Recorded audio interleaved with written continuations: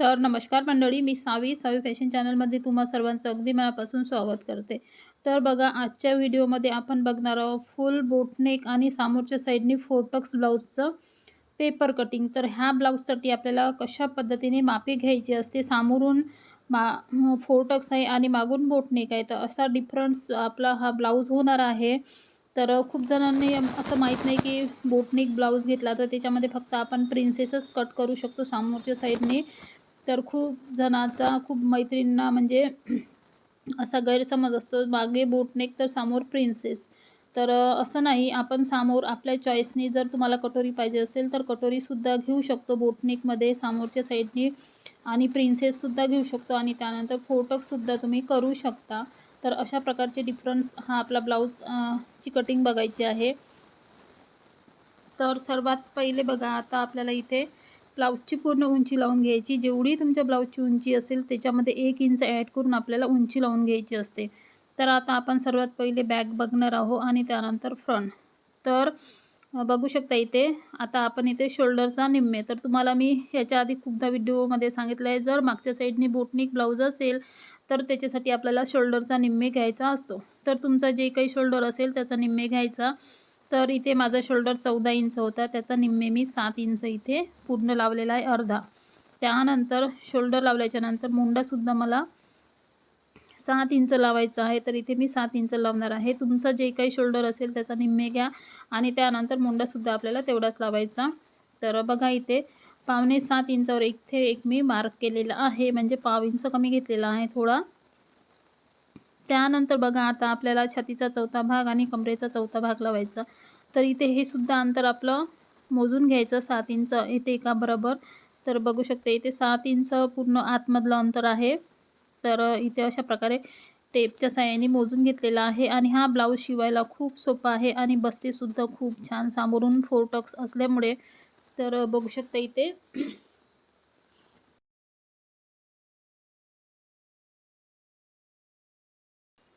त्यानंतर इथे आता आपल्याला छातीचा चौथा भाग लावलेला आहे 8.5 इंच आणि त्याच्या बाहेर 1.5 इंचाची स्टिचिंग मार्जिन. अशा प्रकारे इथे छातीचं माप लावलेलं आहे. त्यानंतर कमरेचं माप आपल्याला कमर 30 आहे, त्याचा लावलेला आहे 7.5 इंच. 1 इंच बॅकचे टक्स आणि 1.5 इंचाची किंवा 2 इंचाची तुम्ही स्टिचिंग मार्जिन नेहमीप्रमाणे तुम्ही इथे घेऊ शकता. तर अशा प्रकारे इथे आपलं जे मार्जिन आहे ते इथे लावलेली आहे. तर आता अशा प्रकारे आपल्याला हा जो बोटनेक विथ 4 टक्स ब्लाऊजचं संपूर्ण कटिंग जे आहे ते स्टेप बाय स्टेप बघायचं आहे. अगदी सोप्या पद्धतीने छोट्या-छोट्या ट्रिक्स आणि टिप्ससहित तुम्हाला मी सांगणार आहे.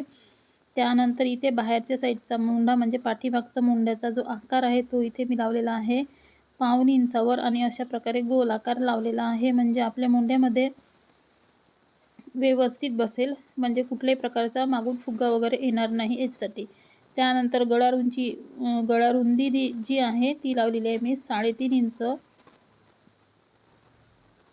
आणि त्यानंतर गळा उंची बघा 3.25 इंच घेतलेला आहे, म्हणजे जास्त आपला जर 3.5 ते 4 इंचापर्यंत आपण बोटनेक घेऊ शकतो. त्याच्याखाली आपला बोटनेक ब्लाऊज समजला जात नाही. तर बोटनेकची उंची जी आहे ती 3 ते 3.5 इंच घ्यायची आणि रुंदीलासुद्धा आपण तेवढंच घेऊ शकतो.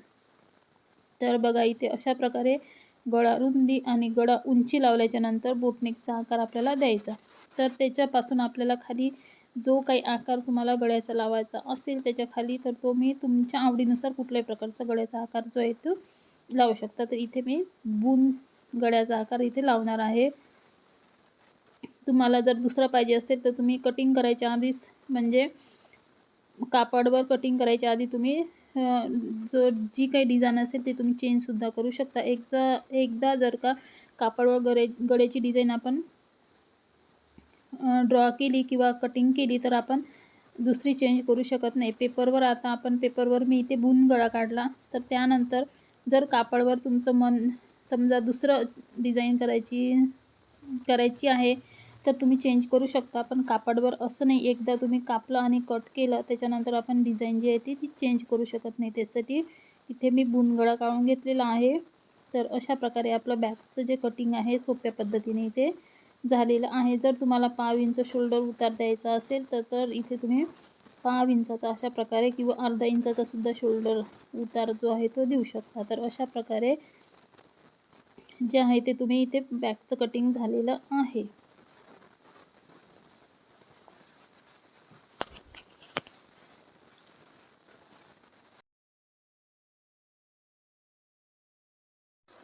तर बघा मैत्रिणींनो, आता आपल्याला फ्रंटचं बघायचं आहे। तर फ्रंटसाठी आपल्याला सामोरून फोरटक्स करायचं आहे। तर फ्रंटसाठी आपल्याला इथे अशा प्रकारे हा जो बॅक आहे जशाचा तसा ठेवून आपल्याला सर्वात पहिले ड्रॉ करून घ्यायचा आहे।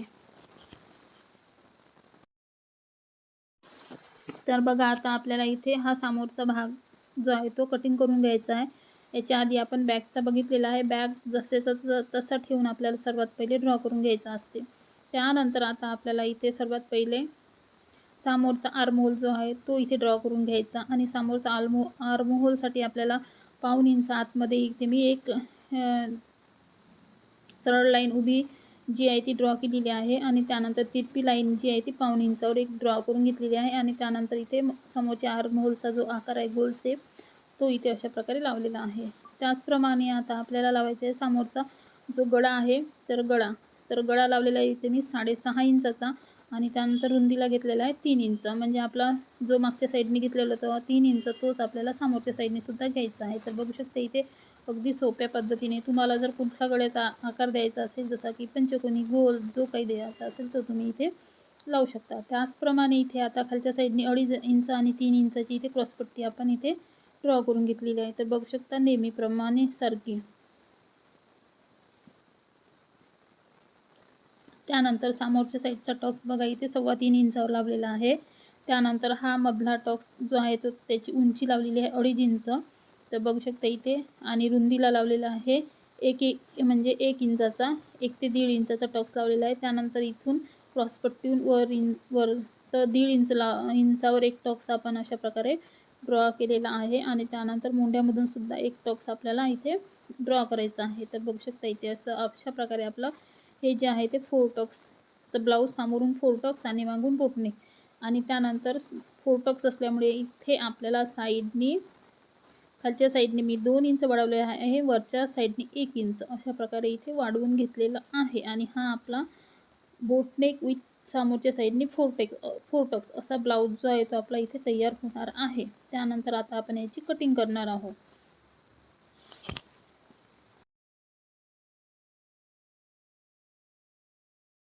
मैत्रिणींनो बघा आता हा आपला जो आहे तो मागच्या साईडने बोटनेक आणि समोरून फोरटक्स अशा प्रकारचा ब्लाऊजचं पेपर कटिंग आपलं इथे आता पूर्ण रेडी झालेलं आहे। तर बघा मागच्या साईडचा सुद्धा पेपर कटिंगमध्ये जो गळा आपण ड्रॉ केलेला होता तो इथे कट केलेला आहे। त्यानंतर बघा इथे आर्महोलचं जे आहे ते सुद्धा आपलं परफेक्ट कटिंग झालेलं आहे आणि त्यानंतर फोरटक्स असल्यामुळे इथे साईडनं बघा मी खालून 2 इंच आणि वरून 1 इंच अशा प्रकारे वाढवून घेतलेलं आहे। तर अशा प्रकारचं आपलं परफेक्ट ब्लाऊजचं कटिंग इथे तयार झालेलं आहे। तुम्हाला कसं